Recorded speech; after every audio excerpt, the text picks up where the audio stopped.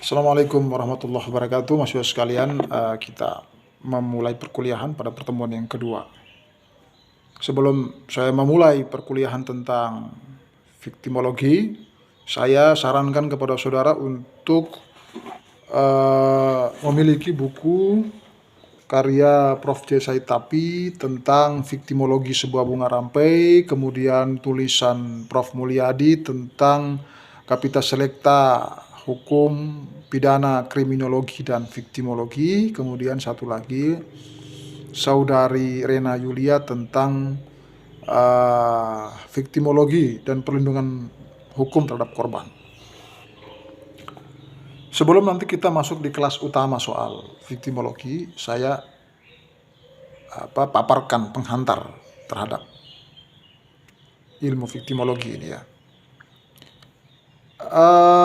Kita akan memulai jalan pikiran kita dalam belajar viktimologi ini, jalan pikiran yang konstitutif, yaitu memulai dari undang-undang, bahwa Undang-Undang Dasar 1945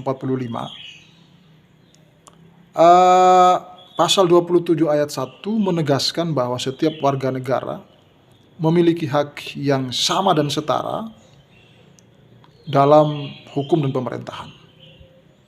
Dalam konteks kesetaraan hak dalam hukum itu termasuk dalam hukum formil, procedural justice, keadilan prosedur, dan dalam hukum material soal keadilan pertanggungjawaban hukum.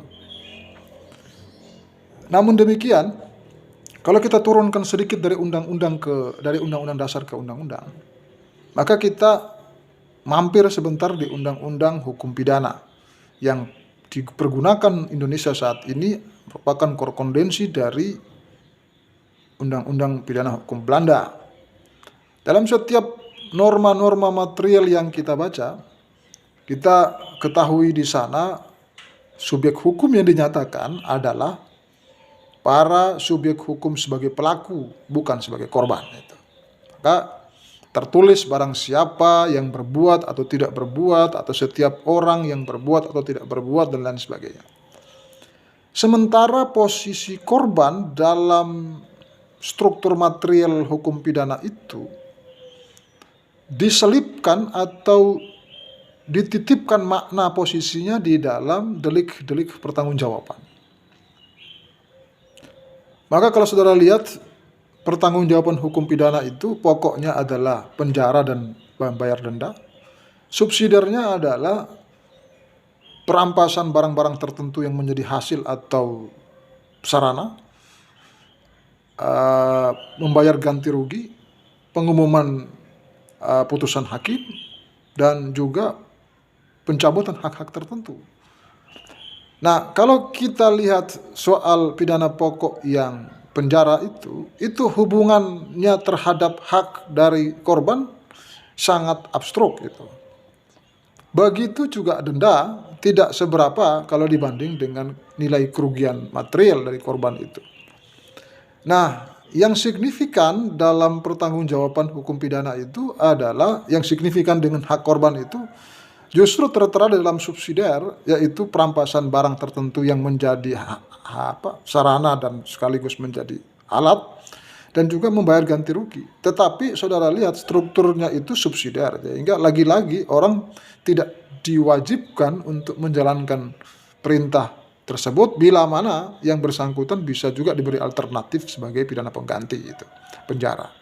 Nah, dari realita dan fakta-fakta norma-norma material itu, maka kita boleh saja menyaksikan bahwa sistem atau penal hukum pidana Indonesia ini belum menjamin satu keadilan yang tuntas terhadap para pihak, baik itu pelaku maupun itu adalah korban.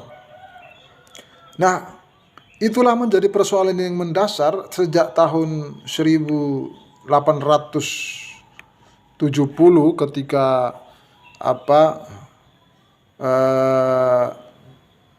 KUHP itu digagas, proses kodifikasi titah raja di Belanda sampai kepada tahun 1800 880-an itu kita kemudian mengadopsinya ke Indonesia, kita menerimanya, lalu kita menggunakan sampai sekarang ini, dalam rentang waktu yang cukup panjang baru kita menyadari betapa pentingnya juga menempatkan korban itu dalam kesetaraan hak dalam hukum pidana. Nah, saudara, jadi ada gap antara konstitusi dan norma hukum material maupun formil yang berlaku bagi pidana di Indonesia, maka adalah kerisauan umum. Ya, kerisauan umum, kemudian lahirlah satu gagasan yang disebut sekarang ini adalah gagasan restoratif justice. Gagasan restoratif justice itu dimaksudkan sebagai satu bagian dari kebijakan hukum pidana, walaupun tidak diterapkan dan belum diterapkan secara utuh dan menyeluruh pada seluruh delik, tetapi pada delik-delik tertentu sedang dan sudah diupayakan proses mekanisme itu, dasarnya melalui surat keputusan bersama antara Mahkamah Agung, Kapolri, dan Kejaksaan Agung. Ya, walaupun itu tampak dari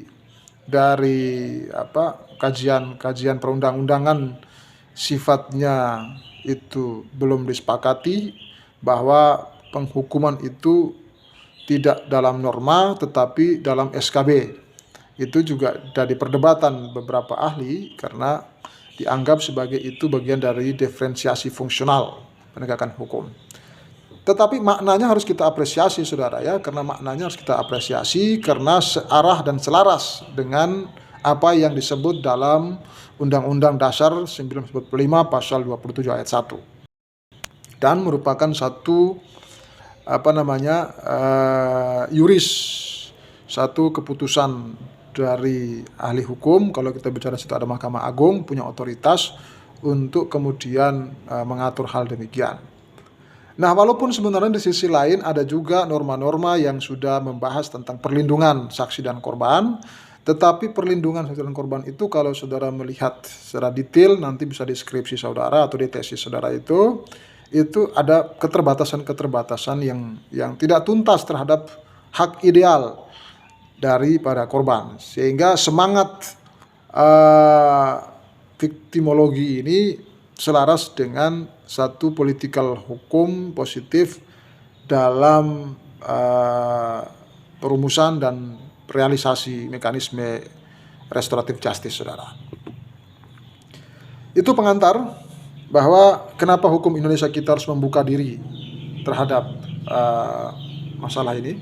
Walaupun sebetulnya viktimologi ini dipelajari sudah cukup lama dan menjadi salah satu model dalam fakultas hukum, tetapi tidak mendapatkan cukup panggung dalam dunia hukum, penegakan hukum. Dan ketika orang sudah mulai sadar tentang haknya, ya, literasi hak itu sudah semakin terbuka, negara sudah dalam kontrol yang majemuk, maka negara membuka diri untuk dilakukan reformasi hukum dengan masuknya restoratif justice ini, saudara. Dan ketika masuknya restoratif justice di dalam mekanisme hukum formil itu, maka posisi viktimologi ini sangat penting untuk dapat dikuasai oleh para sarjana hukum, para pakar hukum, para penegak hukum. Dan maka karena itu, saudara, jangan menyepelekan soal mempelajari viktimologi ini, ya.